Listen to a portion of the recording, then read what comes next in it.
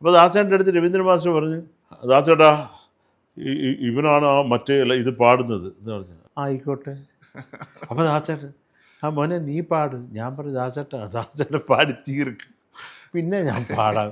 തൊട്ട് പുറകെ ഇരിക്കും, മനഃപൂർവ്വം അവിടെ ഇരിക്കും, കുറച്ച് എഴുതാനുണ്ടടാ, ഞാൻ എഴുതി തീരുമ്പോഴത്തേക്ക് നീ പാടുന്നു.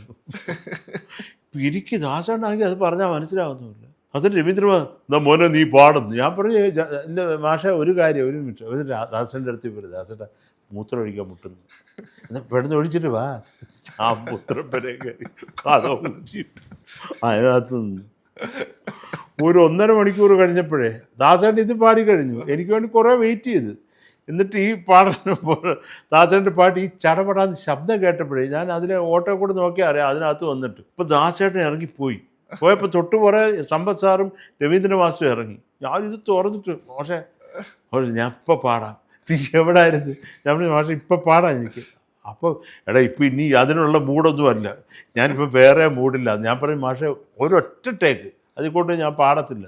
ഇപ്പോൾ സമ്പത്ത് സാറാണ് റെക്കോർഡിങ് ചെയ്യുന്നത്. അപ്പോൾ ഒരു ടേക്ക് ചൊല്ലാനല്ല, ഒരു ടേക്ക് താ ശരത്ത്, ഓക്കെ അകത്ത് വന്നു, പിന്നെയും ഓൺ ചെയ്ത് ഒറ്റ ടേക്കിൽ പാടി. ഇപ്പോൾ ഇവിടെ വന്നപ്പോൾ രവീന്ദ്രൻ മാസ്റ്ററും കെട്ടിപ്പിടിച്ചൊരു ഉമ്മ വന്നു, വെരി വെൽ ഡൺ ശരത്ത് എന്നൊരു സമ്പത്ത് സാറും ആരെയും നല്ലത് പറയുന്ന ഒരു മനുഷ്യനെ അല്ല. അപ്പോൾ അതൊരു അനുഭവമായിരുന്നു, ഒറ്റ ടേക്ക് പാടി തീർക്കുക. അല്ല അന്നൊക്കെ ഈ ദാസേൻ്റെ മുമ്പിൽ പാടാൻ പറ്റത്തില്ലെന്നേ ഉള്ളൂ.